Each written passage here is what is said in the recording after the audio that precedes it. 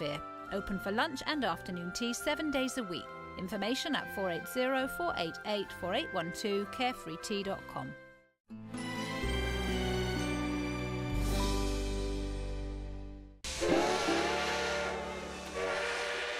Hi, I'm David Holt. Join me on the next Great Scenic Railway Journeys as we continue to explore some of the best rail adventures North America has to offer. From elegant luxury liners, historic steam trips, to scenic dinner trains. All this coming up in the next episode of Great Scenic Railway Journeys as we continue to visit more trains around North America. Tonight at 7 on Arizona PBS. Explore new ideas and new worlds here on Arizona PBS, a community service of Arizona State University. See this flower garden? There used to be a car sitting there, a car I didn't use and didn't want. So I donated it to public television, and they took care of everything. In addition to supporting my favorite programs, I earned a tax deduction.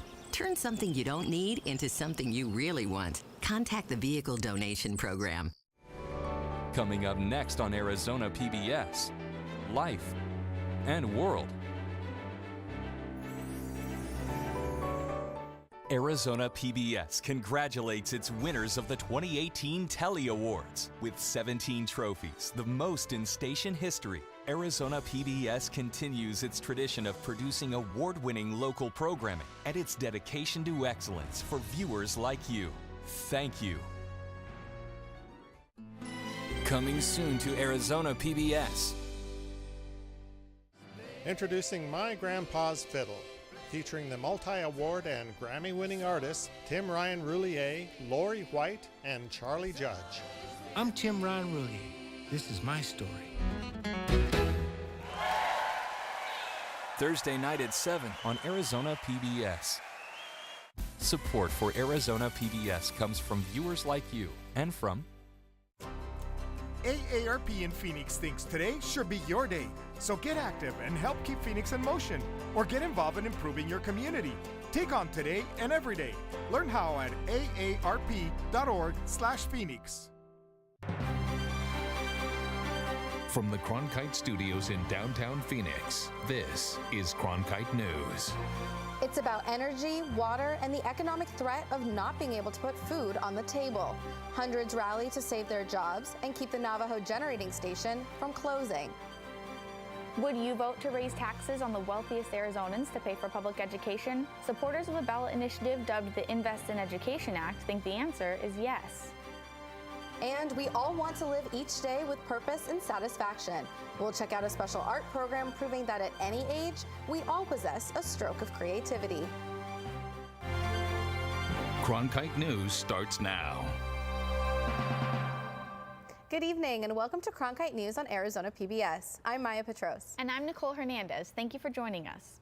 There's a proposal to buy the Navajo generating station, which could save thousands of jobs. Cronkite News reporter Amanda Mason was at the state capitol as 300 Native American coal workers rallied today to discuss their plans.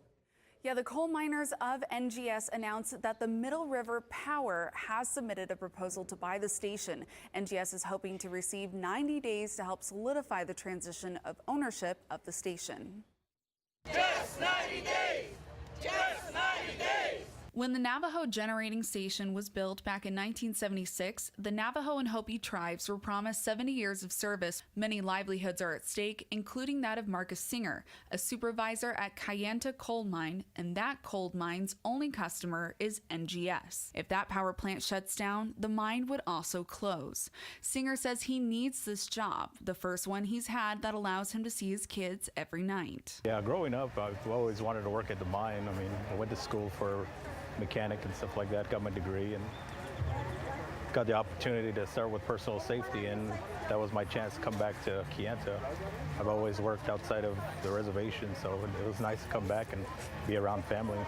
It's a good place to work, and you know, it gives younger generations the ability to dream, to work on things beyond their imaginations. Another job at risk is a truck driver of 30 years for the coal mine and local union president, Maria Justice, who says that the coal mine is a lifeline for the community. And that's what I must emphasize. We are very proud workers. And the fact that we can work hard to provide for our own selves and ourselves. You know, we don't want a handout. We want to be able to provide for ourselves, and that's what we're after.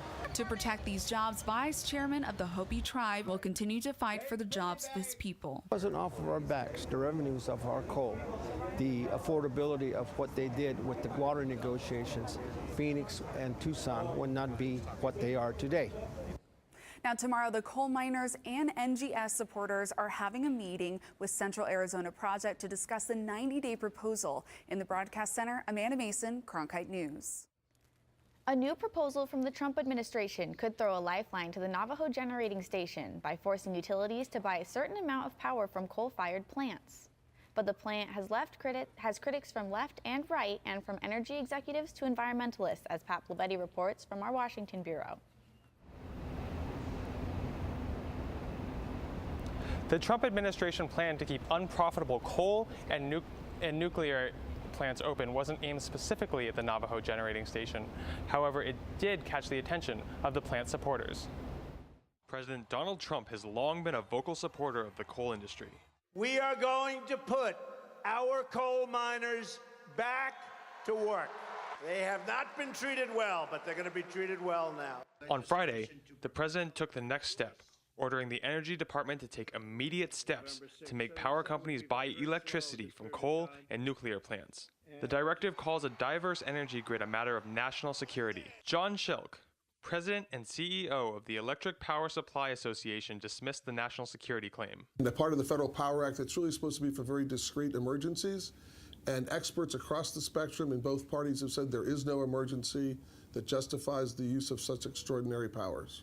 According to Schilk, this move is not only unprecedented, but would also drive up energy prices for all Americans. Rates will go up substantially for consumers of all kinds, from small businesses to manufacturers to residences, because the whole point of the proposal is to force people to buy power that is now economic. But to the Navajo Nation office here, the proposal offers hope for the Navajo generating station, a coal-burning power plant scheduled to close in 2019, taking thousands of jobs with it. Those jobs are vital, and those jobs provide not only for the individuals who work there, but they also provide support for the families and the extended families in the area. So can't understate the importance of NGS for the families there. But the plant's only customer is the Central Arizona Project, which brings water to Phoenix and Tucson from the Colorado River. When CAP said it could get its power from cheaper and cleaner sources, that left the NGS facing a future without a viable client. Jackson Brossi, the executive director for the Navajo Nation Washington office, says this would be catastrophic for the tribe's economy. If the plant were to close, we would see between 1,000 and 3,000 individuals lose their jobs, and 90% of whom are Navajo. So in a place with very high unemployment, very high poverty, the impact would be tremendous. The Navajo Nation currently faces an unemployment rate of 40%, more than 10 times the national average according to the latest numbers from the tribe and the Bureau of Labor Statistics. Brossi says he's hopeful about the proposal and the economic security it could provide for the tribe. He acknowledged that it is still being reviewed by lawyers on all sides, but said he is optimistic.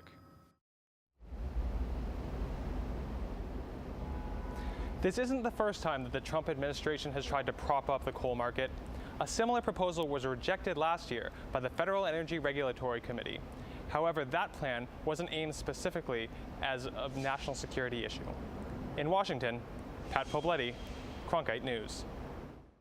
The U.S. House of Representatives is close to another immigration debate. There's a petition to force a House floor vote on several bills concerning immigration, including one to protect Dreamers. The measure needs 218 signatures to move forward, which would be all 193 Democrats and 25 Republicans. Right now, 23 Republicans have signed the petition, not including any of the 5 from Arizona.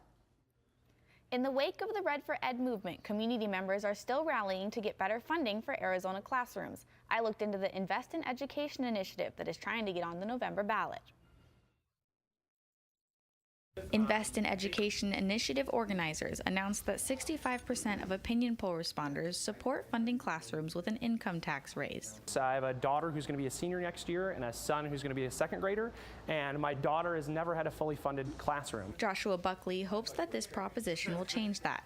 The initiative proposes an income tax increase that would just about double the current tax rate for individuals making over $250,000 and for families making over $500,000. This proposal puts more balance into what is now a very unbalanced system. The initiative has until July 5th to collect more than 150,000 signatures in order for the proposition to be on the November ballot. We will fight, and we will continue to fight. But organizers believe that with the support they've seen for teachers and school funding recently, that they will meet the goal. This whole movement that we've seen happen with Red for Ed and everything, we want to focus on our kids, right? You want to be in the classroom with your kids, you want to educate them, you want to work with them. If the proposition passes, organizers say it would bring almost $700 million to classrooms annually. Governor Doug Ducey says education is looking up across the state. Since last month's teacher walkout and the legislature passing a budget, the governor's office claims things have improved. The Office of Education website has begun posting a list of what pay raises school districts across the state have planned for this upcoming school year. Today, President Trump signed the Veteran Affairs Mission Act into law. The Mission Act was made to address the lack of health care options for veterans.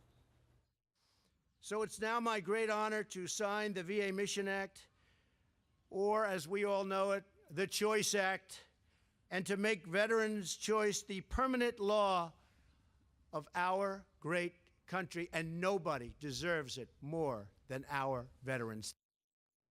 The measure should expand healthcare access for veterans. The legislation should allow veterans to get more medical care in the private sector. The current director of the Phoenix VA healthcare system was on hand in the Rose Garden for the signing, as well as Representative Martha McSally.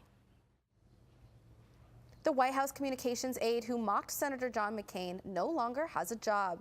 Kelly Sadler was let go on Tuesday. Last month, she was speaking in a meeting about Senator McCain opposing the new CIA director's nomination. She said it didn't matter because he's, quote, dying anyway. Sadler never publicly apologized for the comment. Senator McCain is currently fighting brain cancer.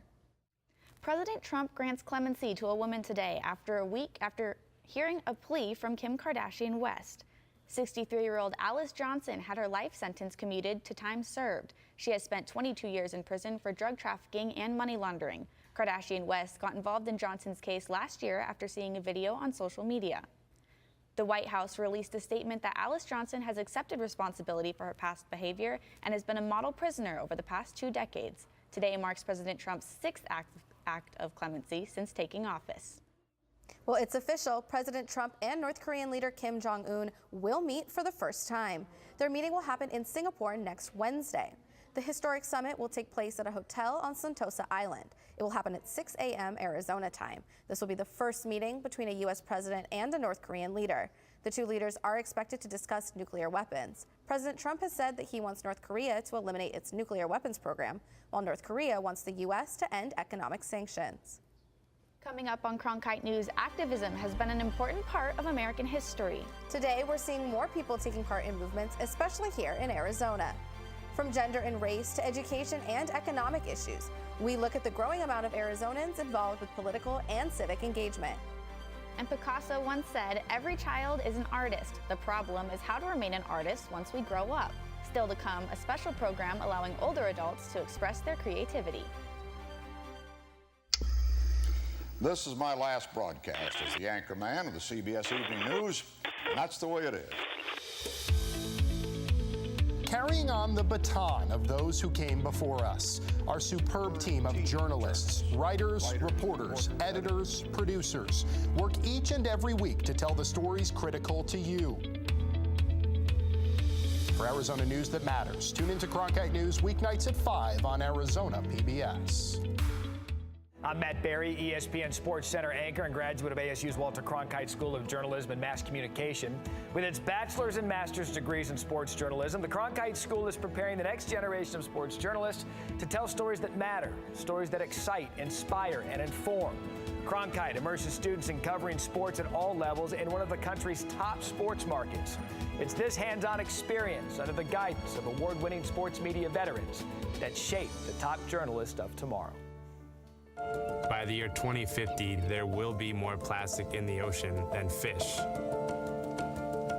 Before Professor Halden, I had an insane amount of passion, but I almost felt helpless because I didn't know how to use it. Professor Halden gave me a chance to make a difference. being at a place like ASU allows you to take these big leaps. Ultimately, the biggest problems in the world cannot be solved alone.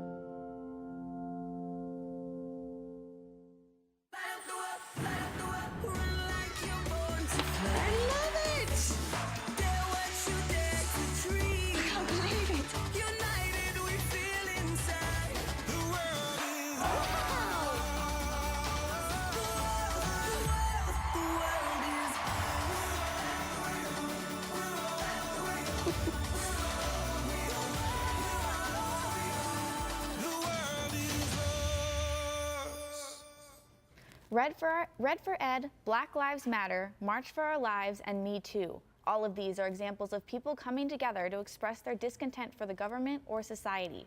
Cronkite News reporter Emily Richardson explains how activism can help create change. Arizona is no stranger to having citizens protest government officials. In April, tens of thousands of teachers rallied right here in downtown Phoenix demanding better funding. We're going to keep on going, we're going to come back, and we're going to put the pressure on you because we elected you, and you should at least listen to us. According to a Washington Post Kaiser Family Foundation poll, 1 in 5 adults have attended a political protest, rally, or speech. Individuals who've had to sit at a separate table for so long, who have been told that they needed to wait to have their voices heard, are now saying that, you know, like, this is my Arizona, like, this is my time. And earlier this year, Arizonans did just that. Women across the state started Let It Flow, sending pads and tampons to a state lawmaker who blocked a bill that would provide inmates free and unlimited feminine hygiene products. In order to make it stop, he, and I really pressured the Department of Corrections to change their policy. So the women now are getting not only pads, but they're getting a lot more tampons as well. To Maria Reboyedo, activism is important because it shows which elected officials are fighting for you.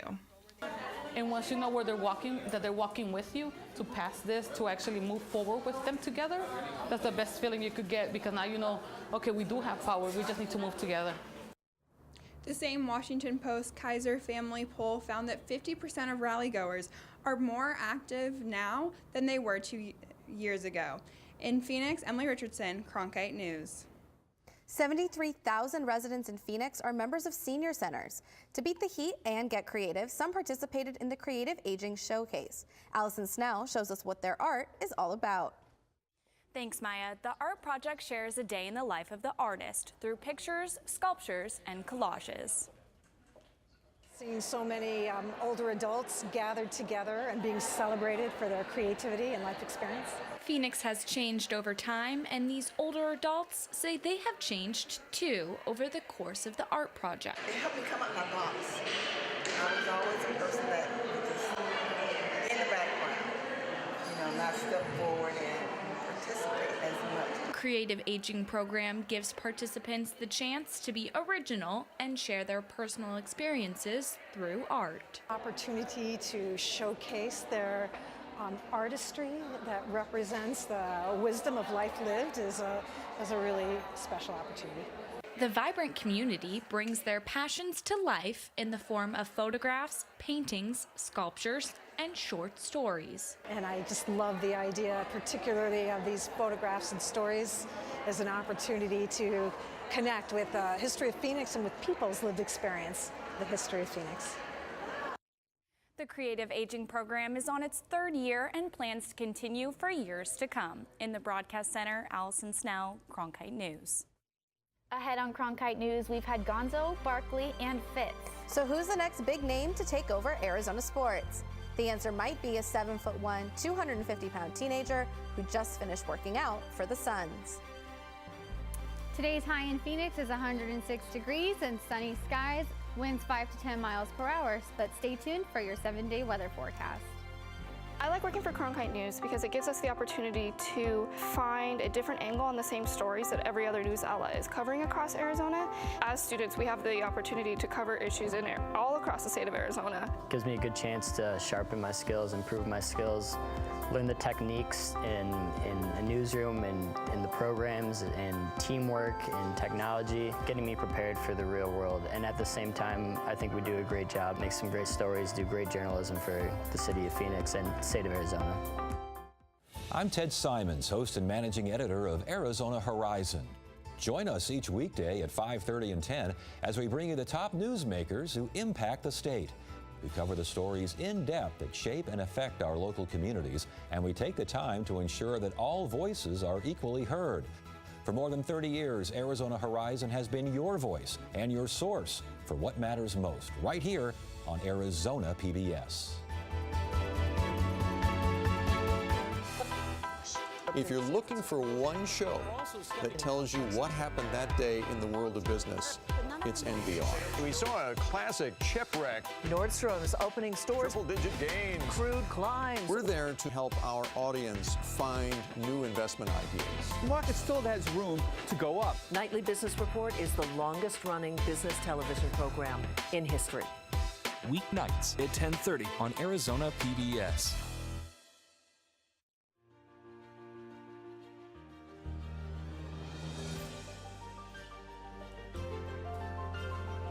Officially from 36, and he hooks it in! Arizona State wins! Keeping one deep, and it is caught! Jalen Strong! Do you believe it?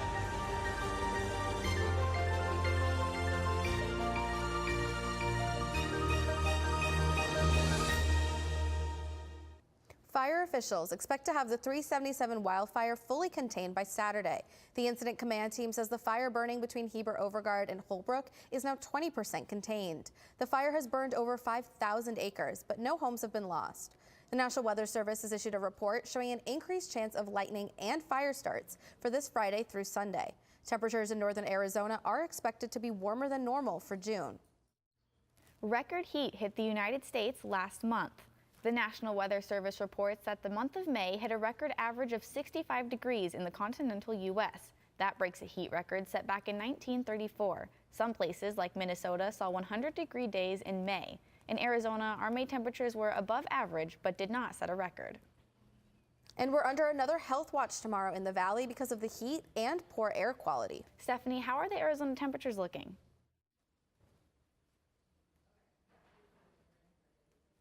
Well, right now it is 102 degrees here in Phoenix, and we do have some clouds to cover the sun a little, but it is still very hot, although it is a little bit cooler than it was yesterday.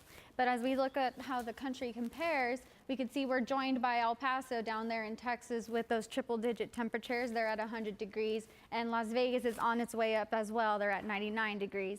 If you're looking to get away from the hot temperatures down here in Phoenix, you could go up to the Grand Canyon. They have 83 degrees right now, beautiful weather, and 85 out there in Prescott. The weekend would be a great time to do this because as we look ahead, we have gradually increasing days, 107, 109 coming up with plenty of sunshine on the weekend. And as we take a look to the week ahead, we're looking at 109 and 111 days on Tuesday and Wednesday, although we do hope to see some cloud coverage to give us a break from the hot and bright Arizona sun. Again, if you are looking to go outside, make sure you're staying hydrated, stay cool, and wear lots of sunscreen because as you can see here, that sun is not going anywhere anytime soon. Stephanie Shields, Cronkite Weather. The 2018 NBA Draft is just around the corner. And for the first time in franchise history, the Phoenix Suns have the #1 pick. Coming up on Cronkite News, the team has 2 weeks to decide which player to choose, and many fans are hoping they'll take a teenager with Arizona ties. I'm Judy Woodruff, anchor and managing editor of the PBS NewsHour. The journalists of tomorrow face a fast-changing media landscape, but quality news remains vitally important to our communities, our country, and our world. At ASU's Walter Cronkite School of Journalism and Mass Communication, students learn solid, reliable reporting, holding the powerful accountable, and rebuilding the public's trust. The Cronkite School and Arizona PBS, preparing the next generation for a stronger future of journalism. As journalists at Cronkite News, we report on stories that matter to you by focusing on the local impact. We dig deeper and work tirelessly to keep you informed. Live in Wickerburg. Live in Los Angeles. In Cleveland. In Washington. In Louisville. From Jerusalem. Live in Philadelphia. From around the world to right here in Phoenix. At Cronkite News, we report the facts and stick to the truth.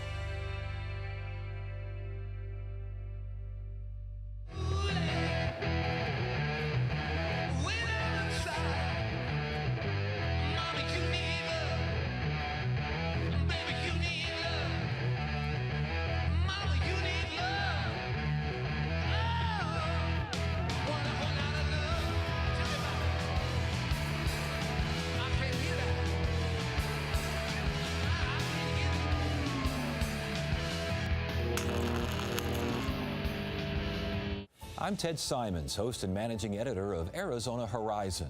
Join us each weekday at 5:30 and 10 as we bring you the top newsmakers who impact the state.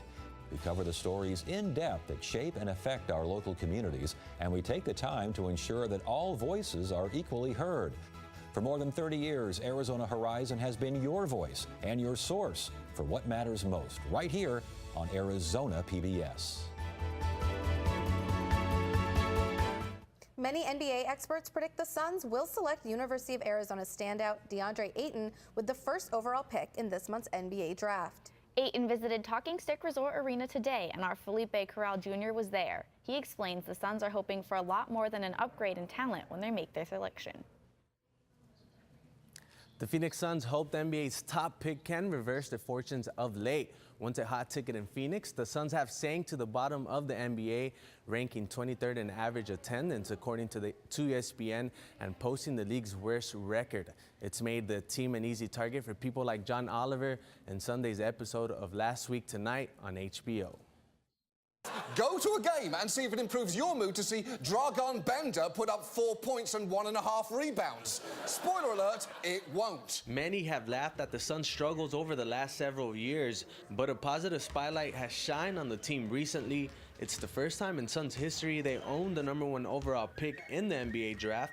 It's also the first time in over 30 years the team's had a pick in the top 3. It's something that's historic for the franchise, historic for the community, and people who have been here for a long time and been, lifelong Suns fans, and people who have just been maybe newer Suns fans. This is something that they're really getting behind. A strong candidate for that top overall pick, former University of Arizona star DeAndre Ayton, who the team hosted in a private workout today. On the competitive level, I am the best competitor.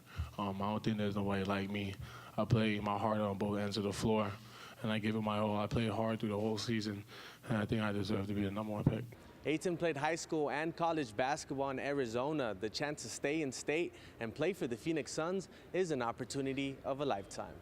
Most of my family's already here in Phoenix, and we made this home since I came here in high school, and we adapt to the weather, the people. Everybody know us now, so this is our second home, so we just feel welcome.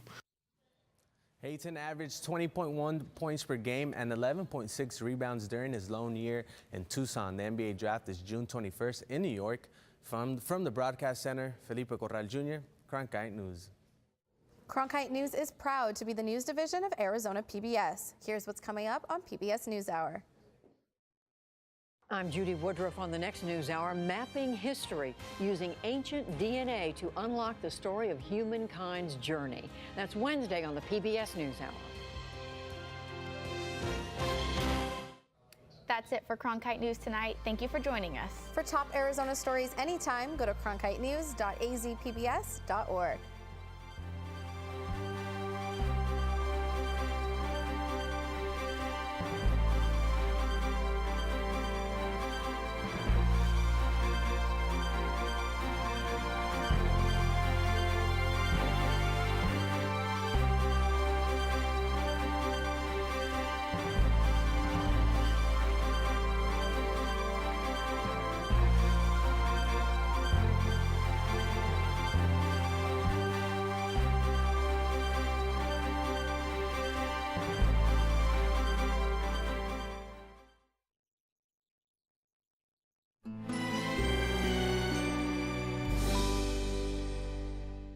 I'm Dr. Joel Furman.